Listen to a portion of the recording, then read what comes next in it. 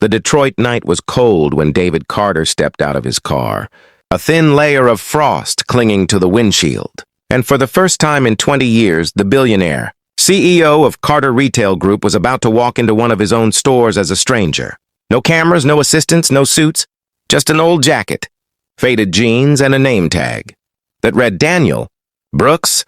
He'd come here chasing whispers, rumors of something rotten inside one of his most successful locations. Profits were soaring, reports glowing, yet beneath the surface, something didn't add up.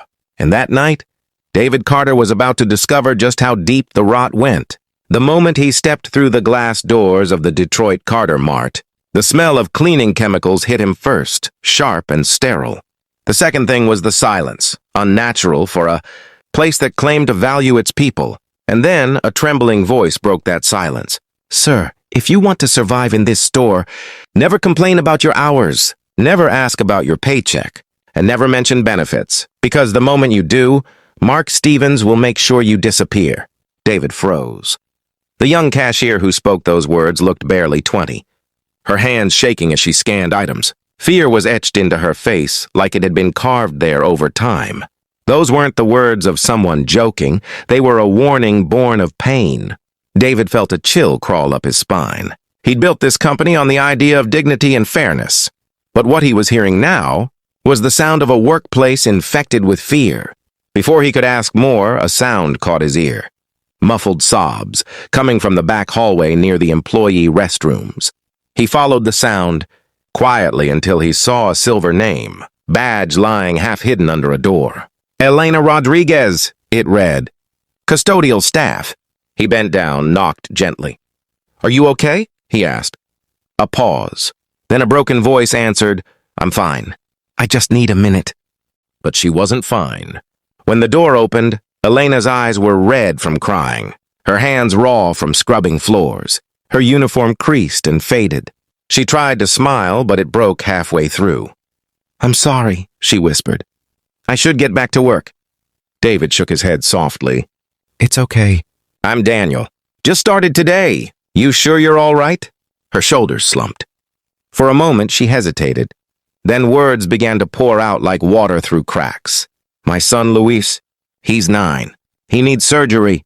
They said insurance would cover it if I kept my hours. But every week, they cut them. Some weeks 20, some 15. I can't budget. I can't qualify for coverage. I can't. I don't know what to do." David's heart clenched. He knew the policy. Full-time employees were guaranteed stable hours, benefits after 90 days. Something was terribly wrong. Elena pointed toward the break room bulletin board, where schedules were scratched out and rewritten in marker, chaotic and cruel. "They say it's corporate policy," she said. "But we're always short-staffed. Mr. Stevens says if we don't like it, plenty of people would take our jobs." Mark Stevens. The name hit David like a knife. On paper, Stevens was one of the best regional managers he had. Efficient, cost-cutting, profitable. But standing here, listening to this woman's breaking voice, David realized those numbers had been built on suffering. He said nothing. He just watched as Elena limped away, dragging her mop. Every step a story of exhaustion and survival. And as he looked at the board filled with crossed-out names, something inside him changed. This wasn't just an investigation anymore. This was personal. The next morning he came early. The store opened at 7 a.m., and before the first customer arrived, he saw him, Mark Stevens, mid-30s, slick hair. Expensive watch, a smirk that reeked of control. When he stepped out of his office, the air itself seemed to tighten. Employees lowered their heads, their movements quick and nervous. It wasn't a workplace. It was a kingdom of fear. "Rodriguez!" Mark barked. His voice cracked through the aisles. "What have you been doing for the past hour? This floor looks like garbage." David looked down. The floor was spotless. You could see the ceiling lights reflected on it. But Elena didn't protest. She just whispered, "I'll go over it again, sir." Mark sneered. "Maybe if you worked instead of crying, it would actually shine." He leaned closer, voice dripping venom. "Now get into my office, now." Elena set the mop aside and walked slowly toward the small office, trembling. David's jaw tightened.